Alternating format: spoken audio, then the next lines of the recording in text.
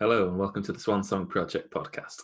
The Swan Song Project is a charity that helps people facing the end of their lives or dealing with a bereavement to write and record their own original songs. We're about celebrating lives, making memories and leaving legacies. If you'd like to find out more about the charity, ways you might support, or if you or someone you know might be interested in writing a song with us, you can check out our website, which is swansongproject.co.uk. The podcast you're about to listen to features a songwriter, and we talk about one of their songs. They share with us a songwriting tip, and they also share with us a song that's meaningful to them relating to bereavement in some way. This episode features Cleve Freckleton, also known as Reverend Chunky, and I hope you enjoy it.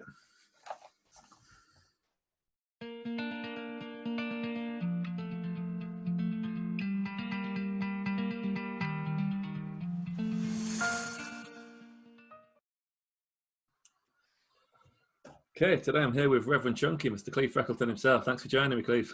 Absolute pleasure. Really looking forward to talk to you. If people have seen these Swan Song Project podcasts before or listened to them, you'll know we do them in three parts. First, we're going to have one of my guest songs. We'll talk a little bit about how they wrote that. Section 2, Cleve's going to share with us a songwriting tip. It might be useful for other songwriters. And then Section 3, we're going to talk about a song that's meaningful to Cleve in some way relating to bereavement.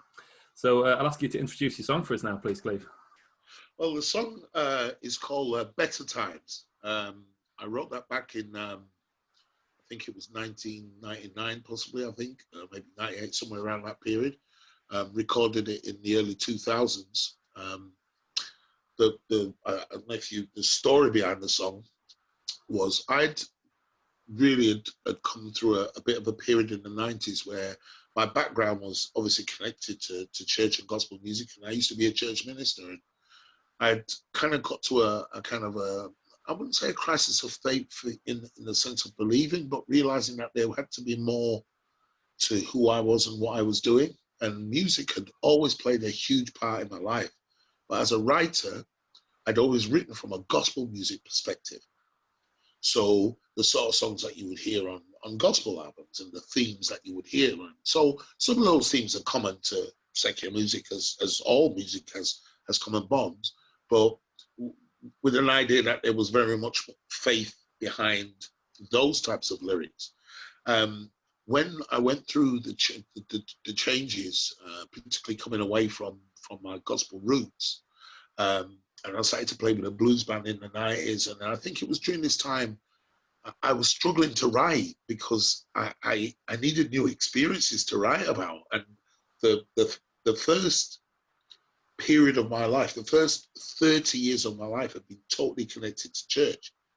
So you imagine this period between being 30 and 40, I'm rediscovering everything at this point. And it was that song and a couple others that I had written that were the first of me expressing my hope for something different.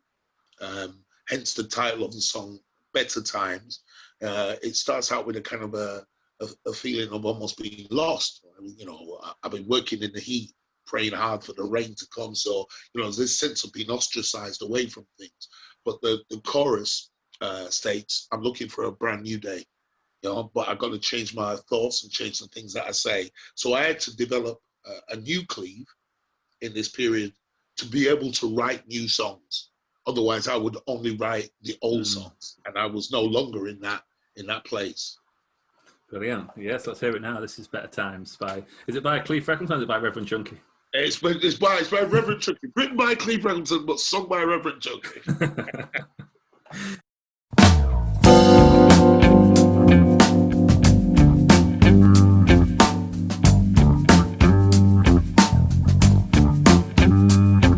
I've been working in the heat, praying hard for the rain to come. Freaking out in my mind, wondering when it will all be done. Dark clouds up ahead indicating that it's time to go. But I ain't got the juice to move.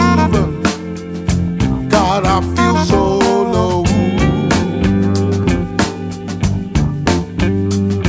But I'm looking for a brand new day. I'll change my thoughts and change the things that I say.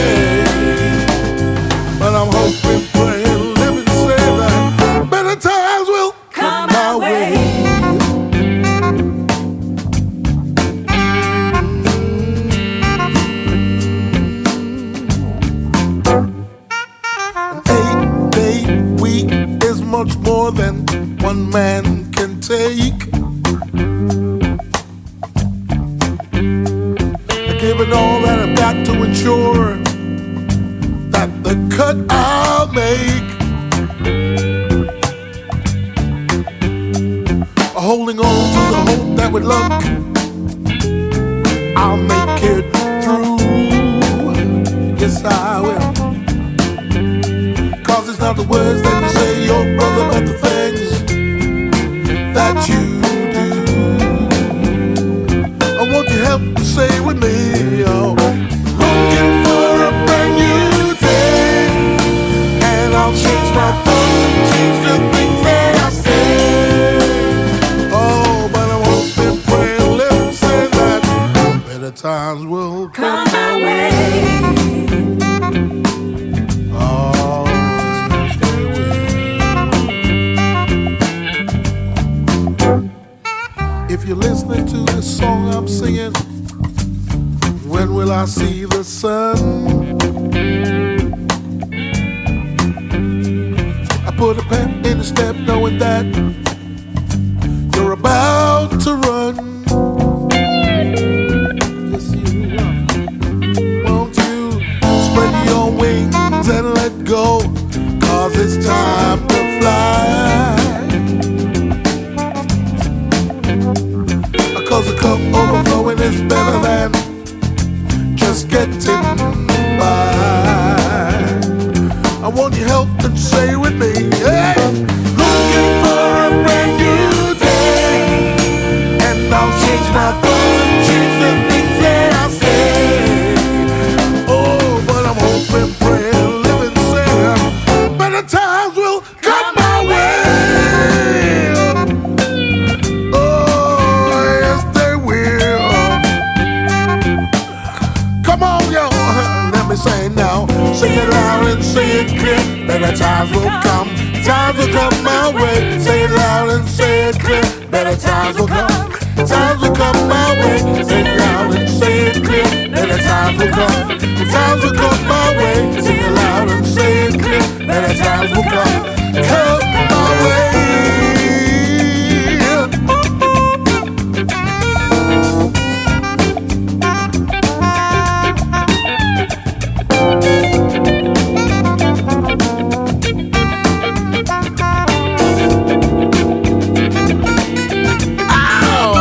Come on, yo.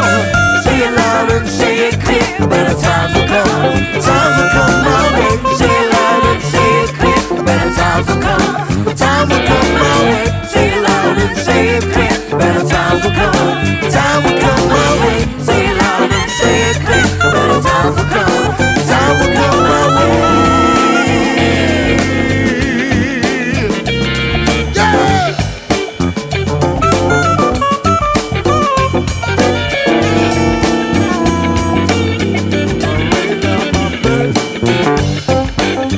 Down by the riverside. Say it loud and say it clear. Better times will come. Times will come my way. Say it loud and say it clear. Better times will come. Times will come my way. Say it loud and say it clear. Better times will come. Times will come my way. Say it loud and say it clear. Better times will come. Times will come my way. Times will come my way.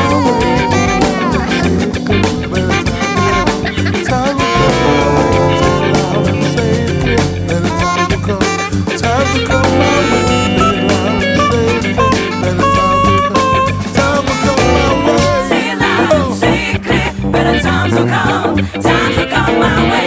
Say it loud and say it clear. Better times will come. Times will come my way. Say it loud and say it clear. Better times will come. Times will come my way.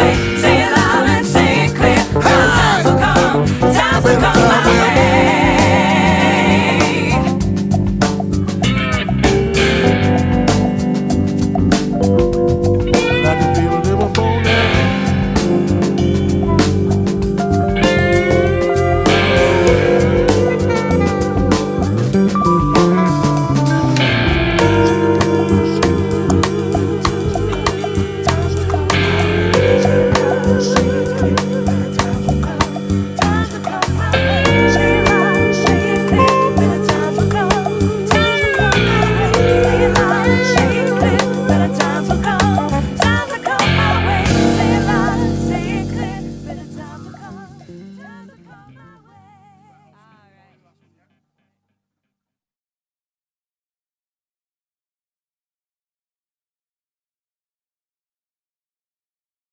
Okay, brilliant. That was Better Times by Reverend Chunky. Yeah, it's a great track. Your voice reminded me a lot of Taj Mahal on it. You know Taj Mahal, great blues singer? I was actually a huge fan of his. Or I should say, I am a huge fan of his. The blues band I used to play in, we used to play one of his songs, Strut. And I always loved that song. I loved the way it felt, you know, and I didn't really know, again, this crazy thing, bear in mind, coming from gospel music, my knowledge of music outside of that sphere was limited to popular music, because that's what I would hear on the airwaves. It wasn't until maybe I think I started to get to 17, 18 and go to record shops, and I'd discover, you know, some of these other artists, or I'd see the name of a musician who I knew played with one eyes, but then he might have his own album, and it kind of, you know, it opened up the world. And Taj Mahal was one of those artists. It was a bit later I came into him, but yeah, just if an influence is there, I'm going to take that as a compliment, to be honest with you, because definitely. He's definitely one of my heroes, man. Yeah, he's one of my favorite singers as well in the world, so it's definitely meant as a compliment. Yeah, it's a beautiful song, and I was really interested in what you were saying about. So a few things came to mind when what you were saying about the song is that idea of being, if you write in a certain genre, having to write in a certain way. It's kind of very common, isn't it? And I had the same when I first started writing blues songs. It's like, right, if you want to write a blues song, you have to write about these things. And then it is interesting when you start exploring other areas. The question I was going to ask you about it is, and the other thing that I was thinking about is having a song where the song's about that looking in a way. Yeah, like you were saying, quite some of those lyrics where like that's okay as well. It's not like you have to be like, right, I don't know what to write about, so I won't write any songs till I find one. You can write a song about that journey. Actually, that's how I think albums are easily constructed, because if you take an album as a concept, I oddly enough, I've just started recently investing in writing an album a little bit about a journey, but really just been in this kind of in the last 20 years, because truthfully, like I said, in the first 30, there was a different story taking place. And I could, you know, there were songs that I've written in that period that won competitions in, you know, in those genres and stuff. I would go and see artists, great gospel artists, but some of these crossed over into pop music. So there was always a little bit of what am I allowed to write about? You know, what am I allowed to say? And I know in gospel music, particularly in the older days, the old folks were a bit strict about, you know, they were actually strict about the type of music in terms of the genre itself. Considering I come from a Caribbean and West Indian background, reggae music was frowned on in church. Oh, wow. Because it was seen as that's a part of the devil's deal, you know what I mean? It's like blues, you know, it's like all Robert Johnson things, isn't it? You know, like give your soul to the devil if you don't play reggae music. So I knew there was conflict, but I was aware of this earlier from artists in America, the likes of Aretha Franklin, Sam Cooke, Al Green. You know, these artists who had great gospel pedigree, but had to kind of withstand the you know, the organization and the establishment to be able to write their journey. And some of them continued to write their journey inside of pop music too, which is, to me, is totally acceptable. It was just that I think I was definitely undergoing a change in what I think I wanted to, I felt like I needed to be more valid to a new audience. And for many years, and still now, I sing a lot of covers, not necessarily because I don't have my own songs, but actually I find what I want to say inside of those covers. But there are times specifically I want to say something, you know, associated to me. And that song, Better Times, was definitely me making a point about, I've been over here and you know, and then I'm on this journey. It's a bit dismal. It's a bit, you know, I feel like I'm in a desert. I've lost my sense of direction. You know, all those things, but the chorus, like I said, was an anthem of hope. You know, and so it's really saying, look, actually, I can't wait for this change to be over. I can't wait to, you know, to get this new time, this new day. Better times are on their way to me, and that optimism, which is still a part of faith in a kind of a tied up way. You know, because if you ask any Christian about, you know, how they see what lies in front of them, the word, you know, optimism, hope, and faith will come into that conversation. But I saw it the same way for me. I wanted to be able to see that optimism and faith. And although I wasn't completely there yet, I still had enough faith in me to believe that I could be. It feels like it's a very relevant song for the times as well at the moment, you know, with everything going on. That's the message people need, isn't it? Is hope is everything. Yeah, hope is everything. Believing, you know what, there are, for lots of different reasons, we find ourselves in different situations. And our approach to it normally determines kind of the outcome to a huge degree. So if I walk into a situation with a defeatist mind or mindset, the odds are the result's going to be like that too, right? Now, I'm not saying this, you know, it's probably, I don't want to sound too twee and just talk about positive thinking, although I do actually believe in that. But it's more the idea of an approach to something. So I'm a huge sports fan, and I'm always curious when an underdog beats a really big favorite, because, and now, you know, just without kind of going too far from this, I was watching football over the weekend and the last 2 weeks, and I've seen some ridiculous scores of teams who are supposedly the lower teams beating these higher teams. And I've always kind of wondered about that. Big cup competitions over the years, they call them giant killers, don't they? All these teams beating that team. But what I do realize is quite often the mindset that the lower team will go in is they will often tell themselves, maybe we can't match them, this other team, for their skills and everything else, but we can work our socks off continually. And if that team who is the favorite team, who has all them skills but doesn't work as hard, the odds are you're setting yourself for an upset. That's how those things happen. They get turned around. It's the mindset of the teams that determine that result. It's not that, oh, one team's better than another. You know, we can argue that all day. But the truth is, to get that result, somebody's gone in there and gone, I don't care about how they think. I'm going to go in there and make a change. And I think in the light of all that we're facing, and then this is huge, I am a true believer in this, that the way we approach things mentally, the way we approach one another mentally, the things we have to say to one another. Everyone's wearing a mask, but that doesn't mean I don't have to wear a smile, right? So even beneath my mask, I'm smiling. You can see a smile in someone's eyes as well, can't you? Oh, all the time. And you know that. You know that. Well, you know, it's great. But it's the idea that, you know, there's a thing cut off and all of a sudden it's like, well, you're separated from your fellow human. I actually say to them, you know what, man? I see love in someone's eyes anyway, you know. Even that I was just coming out of the train station and a lady said, excuse me. And the way she said, excuse me, was so warm. It was just, you know, it didn't matter whether she had a mask on or not. It was just, that's us being the best of humans that we can be. Yeah, that's a beautiful sentiment. I really like that. You can still smile under the mask. Yeah. I've got a question, which is a bit of a weird question, but relating to what we're talking about with the song and that journey of you searching for this different thing with the music and things.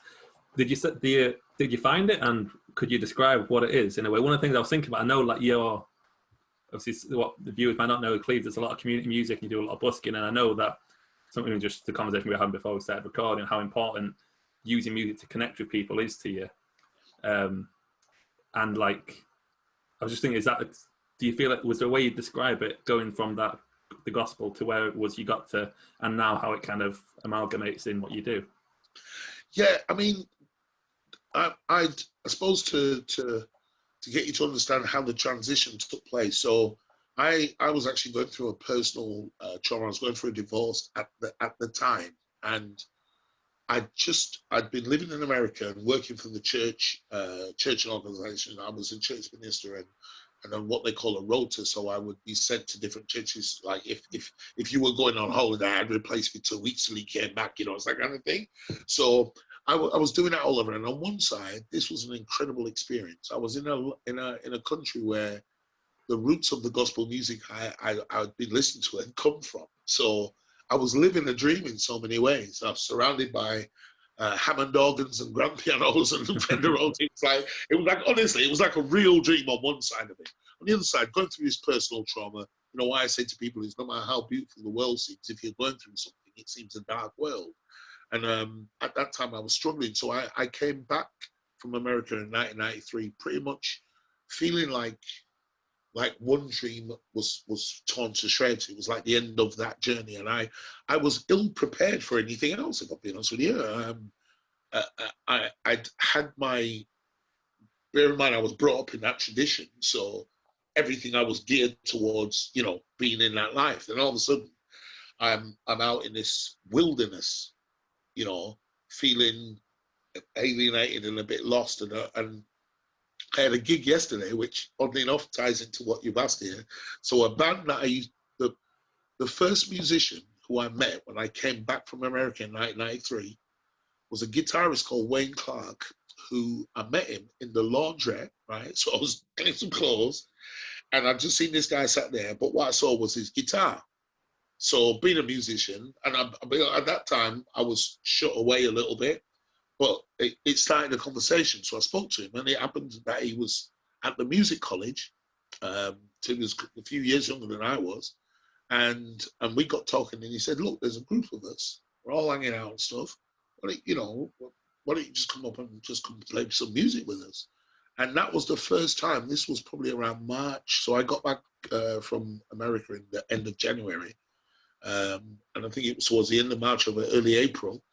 I had this conversation with him, and I ended up playing with these guys who eventually became the band that I started working with. And we had a kind of a reunion gig yesterday afternoon, and the conversation was going back through all of that. So coming to the question you asked me about the changes, when I started playing with these guys, I think what I realized was I wanted to say something, but I didn't think the world wanted to hear what I used to say. Now, maybe I could be wrong, because that's like saying, well, gospel music isn't relevant to a generation. And I'm prepared to say I was wrong, but that's how I felt at the time, that I needed to be able to say something different. And these guys I was playing with, who were brilliant musicians, they were also writing songs as well as we were playing covers. So I kind of got involved a little bit in the writing process, a little bit with those guys. And on our album that we did in 1996, I think we had 4 or 5 of our own songs on there and some covers. And one of the covers I did was a song I learned in gospel music, but it was a Stevie Wonder song called Heaven Help Us All. Nice. So that song, I wouldn't have naturally sung it, but when I told one of the guys in the band I knew it, they were like, yeah, man, we want you to sing that song. And I think they were encouraging me, even when I think about it now, still to be me. So whereas I think I was trying to get away from. Yeah, it's like not throw it away. Yeah, yeah. Like you take it with you, but add the new stuff to it. Yeah, and that's what I think they were encouraging me to do. And now when I'm looking back on it, I'm thinking, actually, even when I look at the songs I write now, the sort of themes that are in those songs are still connected to gospel music in a huge way. And just because they don't say, quote, Jesus in them, you know, they're no less gospel, because the word gospel just means good news, right? So if you ask about better times or change is going to come or reap what you sow, they're all good news songs, you know, which I've written. So I suppose it's looking at it in a less narrow way, because like I said, when I was younger, it was quite the kind of parameters were quite narrow for gospel music. This is gospel music, that's not. Whereas as the years went on, people like us in Cleve Freckleton, Sam Green, Al Green, Sam Cooke, they began to broaden those kind of, you know, barriers, and allowed gospel music to come into a mainstream, as well as automatically mainstream filters back into gospel, because some of these musicians who I've known and loved, they would be playing for James Brown one week and then playing for, I don't know, the Hawkins singers who do Happy Day the next week, you know. And it was understanding that you could have this role and there need not be a division. But I think as a writer, being able to be clear about what you want to say is necessary. E flat is an E flat, whether you're playing it in jazz, blues, reggae, rock, you know, folk or whatever, yeah? But what you say, to me, is a whole different thing now. You know what I mean? The messages there are totally different. Yeah, definitely, yeah. Yeah, great points, Cleve. And one thing I was thinking of that with, you know, with gospel, regardless of the musicality or the lyrical content of it, there's a feeling of togetherness, which is common in gospel, and it's about that connection with people and bringing people together. And I think that's something what you carry in all the music you do. You know, whatever the song is, the way you perform it has that kind of vibe to it. I think, it's very much like about the connecting people, bringing people together. So I'd say that's, and that's such a strength to have as a performer, that, bringing people together with it. And I think that's just something in the way your music works, whatever songs you're playing. Thank you. I again talking yesterday with those guys and performing with them. So we've not been together in a band for over 20 odd years, but we did have a kind of reunion a couple of years ago. But this is the first time we kind of, we set out. There were some members who couldn't make it, but there was a fair number of us. I think what I realised yesterday was that I'm trying to be not insulting to myself here, but I've always been the ringmaster, right? So I understood this from my church days was it didn't matter how intelligent or how clever I was, or how brilliant my oratory was. It was actually how people felt that really mattered.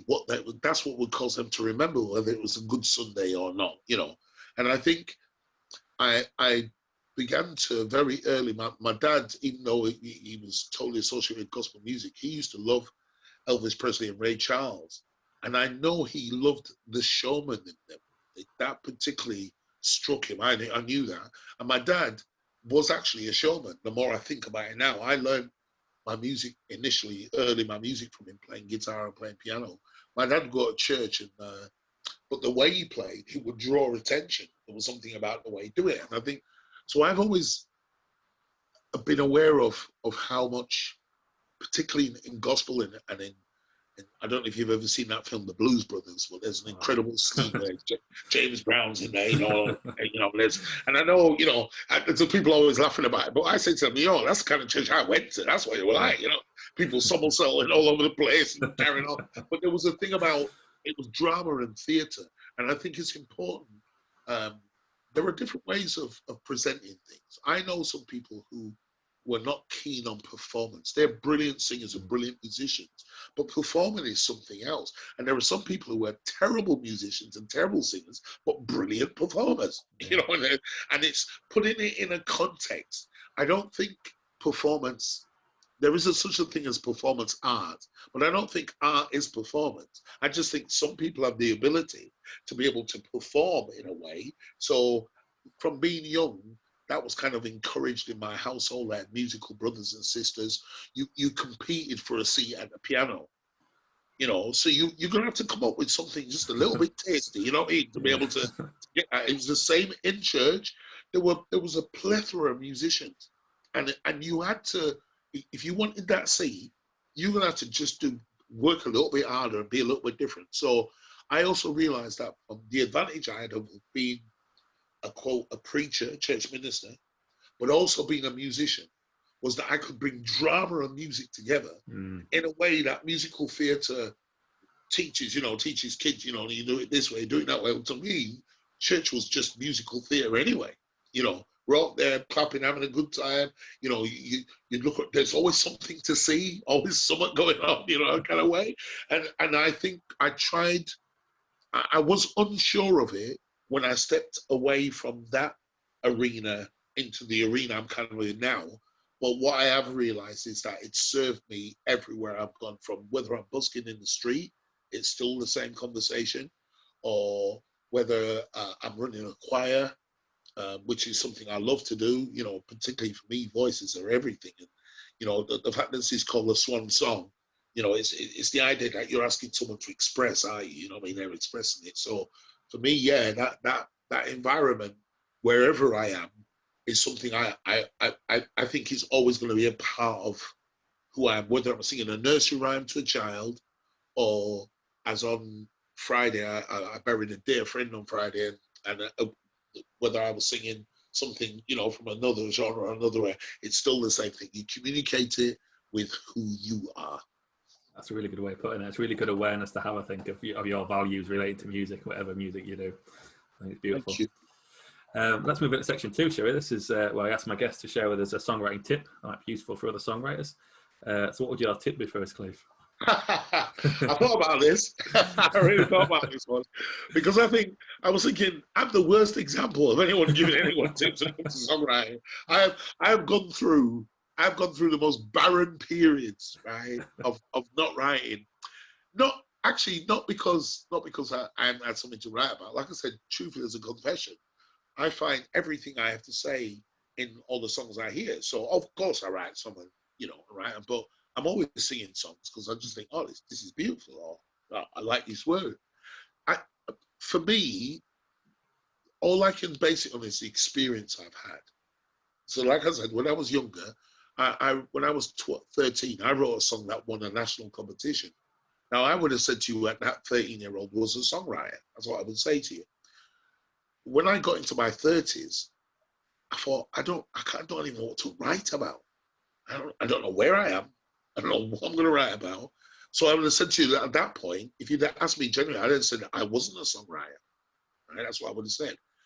Now, what I've come to understand is songwriting there are ways that you can constructively write. So some people can write to a plan, right? And I get that. They'll know I'm gonna have an intro and a verse and a bridge and a chorus and a middle eight, and they'll structure it out that way. I've never really thought in those sort of terms, in those same sort of terms. How I generally believe this is that music is inspiration. Maybe because of my gospel roots, it was almost like I would wait for a moment, and then whether I felt something or saw something that would inspire me, then I would begin to write on that basis, because it was easy for me to draw on that moment of inspiration. Then if somebody came to me and said, "Oh, I want you to write a song for this project," I don't know if I would find that easy. I have done that before, and I've written with other writers before, which I've quite enjoyed doing, because it's you're trading off on different styles and stuff. But for me, it was more about, if I'd say to anyone, is don't be afraid if you find you're going through a period where you're not writing. What I do believe is that inspiration will make its way to you in some way, some shape or some form. And when it comes, you embrace it. It might only be, quite often, I don't have a song, I have a title before I have a song. And it's normally a circumstance that's happened that's made me go, "Ooh, look at that." Yeah. So I was talking to somebody once who he'd done something quite naughty, but it come back to him. And he said to me, "Oh my goodness, can't believe it. Look what I did and look what happened." And straight away the words "reap what you sow" came to me, and I wrote a song on based on his experience with that title. But it was a moment of inspiration. If he hadn't said to me, "Look what I did," I wouldn't have been able to write that song. So that's what I think. I think songwriting can be inspiration, and so don't feel bad if you're not prolific. Yeah, I think that's really good advice. I think it's I think it's completely. It's something I kind of need to remind myself at the moment. I'm going through a bit of a dry spell writing wise, and it's okay. I mean, I was reading everyone's had them. All the greats have had. Dylan's had years where he didn't have to do stuff. It's a part of it, isn't it? And Yeah, absolutely. Yeah. So it's great advice, Cleve. And I guess one of the things that I was just thinking when you were saying that is what we said about earlier with your song then, of sometimes you're not sure what to write about, and you can write about not knowing what to write about and knowing about it. So if you really ask and you really want to write something, you can go out. I don't know what to write about now. I'm searching for something new. Well, you know what? That's actually, again, it's a concept and a moment of inspiration. It's acknowledgement, isn't it? Wow, look at where I am. Look, I don't understand what's taking place at this point. I wrote a song which is a similar title to a popular song, but a different theme. But the song was called "Change Is Gonna Come." And it was on the idea, again, it was written along the same time as I wrote Better Times. So those songs were written in one period of time. And they were all songs of expectation, of hope. Because the truth is, I wasn't there. I was in a place I didn't understand. And I think being able to write about where you're at and the fact that you're confused or you're not sure or you're uncertain is a way of exercising your demons too, because we part of the reason why we write is to give ourselves relief from how we're thinking and feeling, and to be able to put it on paper. You know, dancers can dance it away, actors can put it in, you know, in a performance, and songwriters put it in their words. That's how we deliver ourselves. And I think it's massively important that we acknowledge where we're at, because I also believe our songs, and I guess I learned this from gospel music, I don't believe that those songs are there for nothing. I think somebody's going to be served by that experience you're writing about, and it could be 50 years down the line that somebody hears the lyrics to a song and think, oh my goodness, I'm still hearing songs now that are making me go, wow. Look at them. I heard a Curtis Mayfield song, which was written when he was with the Impressions, which is way back in the late 50s and early 60s. And I've just got it, I've had it on repeat for 2 days constantly. The lyrics are just blowing me away, you know what I mean? I'm thinking, the guy's dead and gone, right? But his song is still inspiring me, you know, what I've just discovered. So yeah, well, absolutely we should be not afraid of putting those experiences down, and also not, songwriting is exposure as well. When I say exposure, in that you're actually bearing your soul. We're all a little bit tender that way, you know. I don't want the whole world to know that I've got a broken heart. Hey, that's been written about from the beginning of time. Hey, you're not on your own. There's a whole line of us with broken hearts constantly writing them songs. That's it. It's added comfort in there. Like whatever experience you're going through, someone else will relate to that, and like, yeah, beautiful. Good stuff. Right, we're moving into the last part now. Sure, this is where I ask my guests to share with us a song that's meaningful to them, relating to bereavement in some way. And what I do here is I put the link in the description to this podcast. So if you're listening to it, you're not familiar with the song, you click that link, you can go and have a listen and come back, and we're going to have a chat about it. So what song have you chosen for us, Cleve? Well, Aloe Blacc's a musician who I've come across. When I first heard a song of his, it was that song, I Need a Dollar. And actually, it was a time where I was busking a lot, so it became one of my favorite busking songs. And what used to get me was the kids used to respond to it all the time. They'd come from school, like, they all come and chuck a penny, and I'm like, yeah, maybe getting from school kids now, man. So he got my attention. I think he's an amazing songwriter. He's got some incredible songs. But more by chance, and again tied in with the Swan Song Project, it was a friend of mine whose mother was terminally ill, and he was telling me about this song, and he was saying, "Oh, there's a song I want to sing, you know." But he said, "I want to record it for my mum, you know." So I'm like, oh, "Okay, that's really cool, man." So it sent me this link, and I heard the song, and I heard like an original version of the one I heard. Just absolutely blew me away because of the concept of how it was written. So again, I was saying to you earlier, you know, you can look at an idea and explore it, widen it out, and it was so. For me, it was mind blowing that the idea that from the start of life, somebody's holding our hands to come through, but at some point in that journey, a switch happens, and the person who's holding your hand, you end up holding their hand. And I went through that with my mom, similar circumstances. And when I heard this song, the story of how it's written, so it goes from, you know, the childhood kind of to the end, you know, I think there's maybe 3 or 4 verses, but beautifully scripted, well written, and really, for me, if I was gonna share the journey with a young person or a child about how I would explain the transition from life to death, I would use that song and break it down as an example in a story, and I would explain it. That to me is what really won me over with that song. It was a pure, honest journey which all of us experience at some point, because somebody held our hand to bring us into this world, and the odds are we're going to be holding their hand when they go out. That's a beautiful way of describing it, Cleve. I really love the idea of using that as an example of how you'd explain it to a child. Yeah, it's a very cleverly written song. I love it when artists can do that, where, you know, take you know, the phrase that's the chorus, and then like the context around it, what the verses give, So yeah, the examples, it's Mama Hold My Hand, isn't it? Yeah. And the first one's as a child and saying Mama Hold My Hand. And then there's the verse where he's older when you're a bit rebellious and doesn't want to say Mama Hold My Hand. Absolutely. And we've all been there, you know, we've absolutely all been there. And it's incredible that, you know, you say that he's written it with that concept, you know?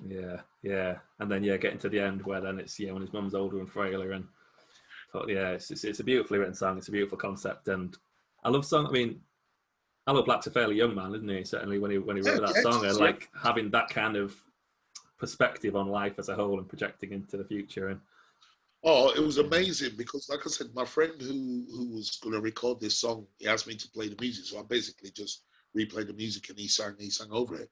But the whole idea was it was his mum, and he was saying that I couldn't think of a more perfect way of summing up that journey, you know. And like I said to me, having looked at it, and I worked in a special school for a while where life wasn't guaranteed for, you know, some of those young people. It really, again, opened up that world and making me think, wow, there's a transition here, and being able to kind of put yourself in that position where, like you said, from the beginning, you're the baby. Then, you know, later on in life, I remember becoming that rebellious young man. You know what I mean? I never thought I was a bad guy, but I just remember, like, I don't want to hear what you have to say. You know, just, that's where I'm at. You know, and then, you know, it's so crazy because, you know, my mum's passed and gone on now, and I was going to share this with you. I remember I'm a professional artist, and I could not complete a song at my mum's funeral, right? Because what I realized was the well of emotion that came in was made, and it was a song that she used to sing to me when I was a kid, right? And it was, when I look at the lyrics of that song, it's a really old song. It was like a song about kind of passing over. But when it came to be able to sing it, the emotions were just way too much. And I remember thinking, wow, I sing at other people's funerals. I do, you know, it's for lots of different reasons. And yet still the person who was closest to me in that way, I couldn't manage it. There's no way I could manage it. And hence at that point, I was still saying, Mum, hold my hand because I can't finish this song. Yeah. Couldn't manage it, man. Yeah, I mean, I can imagine that. Well, yeah, I mean, I've played at other people's funerals, but playing at a funeral with someone so close to you, like, it's a different kettle of fish, isn't it? Totally different. But yeah, I think it's beautiful. What you were saying about the song for your friend, for his relationship with his mum, is kind of goes back to what you were saying as well about finding, you know, what you want to say in someone else's song and how often that happens. And did your friend say what it was like playing it for his mum, the recording? Was it after she died that you did it? Yeah, so he recorded it before she died, but he didn't play it. He didn't play it obviously till, you know, at the funeral. Okay. But he actually, it was a smart move because he said the same thing to me. He said it was better for me to record it because I was no way I could sing it at the funeral. And actually, he taught me something there, thinking, actually preparing, which again, meeting you threw some of these things into that light, is the idea of preparing for something in front of us, which is inevitable. But like I said, the amount of emotion that's involved at the time you have to deal with it is just a little bit too much, you know. Yeah. So, and it's a lot to put on yourself in terms of, like, you know, you've all the strain of dealing with something like that emotionally is enough of a challenge to then have to be using your skill set. Yeah, it's a completely different skill set, and like absolutely. And there's a lesson that I can say I learned valuably there was I would say to you, I told you I'm a performer. In most circumstances, I can go somewhere, no matter how difficult it is, and I can go and do a job. I know that. But like I said, I didn't account for the well of emotion that was involved there. And that was really the part that really kind of, you know, made me realize, wow, actually, something that you're doing here is an incredible way of, you know, regards of communicating something, whilst we don't have to overload the emotions at that point, you know, to be able to do it. And I think the fact that you're creating opportunity for both parties, if you want to look at it that way, to be able to, you know, to reach out, and it's just absolutely amazing. I think it's really, really beautiful. Like I said, I had to learn that lesson, and it's that thing of hearing that song made me realize, well, this is a journey, and it's how the journey starts and how the journey ends are all encapsulated in in that one song, in How I See It. Yeah, it's a beautiful song, man. Thanks for sharing it with us, and thanks for coming on the show. It's been great talking to you. Always a pleasure. Okay, we had a slight technical problem there, but we're back now. Cleve was just saying some nice things about Swan Song, so thank you for them, Cleve, before we got cut off. We're just about reaching the end of the podcast anyway, but I just wanted to, before we go, thank you again for your time, Cleve. It's always a pleasure talking to you, and I always really like your perspective on music and the benefits of it and how it brings people together, and it's always nice to talk to you like such things. Before we go, is there anything that you've got coming up that you'd like to mention where people can check you out? I'll tag all your pages and stuff in the description so people can follow you, but anything particular people can catch you at? Yeah, there's so on Friday the 23rd of October, I'll be at a hotel bar, Salon Privé, which is in Dakota, which is on Russell Street in Leeds. Okay. I'll be playing an early sort of evening gig, 5:30 to 7:15. So if you've had to finish work on Friday and you don't fancy going straight home, you want a couple of drinks before you maybe get off home or something like that, it'll be a great time. I do like playing there, but I also like the fact that it's early enough in the evening. People to be able to, because quite often as you get towards the end of the night, just naturally with the sale of alcohol and all those things, your balance and your vibe in a gig can change. But there is something quite different about playing early evening. There's a little sense of expectation, a sense of relief that people have finished work maybe, and that's it for the weekend or whatever it is, So I'll be playing at Salon Privé, which is part of the Dakota hotel and bar chain, on Russell Street in Leeds from 5:30 till 7:15. There are other gigs that will come up occasionally. There's the Taylor's Gin Bar, which is in the Grand Arcade. There's also the Domino Bar, which is also a regular place where we're beginning to play again now. So it's feeling like there is more things going on, music in general. And I'm so pleased for the musicians who, many of them have been on hold, during this time. And there's been a lot of uncertainty around our industry and our art, and still is. But I'm hoping for better times, my friend. That's what I'm hoping for. Good stuff. Nice way to finish it.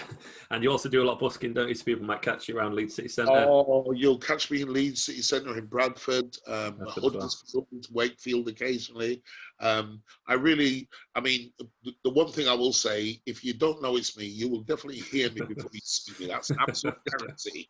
You'll know, I know that voice from somewhere. But yeah, I do believe, and I'm going to continue doing that as long as our councils and our governments don't say that we can't. Then for me, that's an important thing. It's the gatherings on the streets now are immense when people see musicians playing, and I've witnessed that with other people as well as with myself. It's a game changer right now, and I think any musician who is wondering about their worth and their soul in this environment, and while we're going through these circumstances, take your stuff to the streets. You'll see the difference there. Great stuff. Great advice. Thanks a lot for your time, Cleve. It's always a pleasure, man. And hopefully we'll get to meet up in person again soon and have a sing. I hope so too, and thank you. And I just want to say again, amazing project. Really, really glad that you carried on doing this, mate. I am. Thank you, man. Thank you. Appreciate the support. And thanks for tuning in, everyone. I'll be back with another episode soon.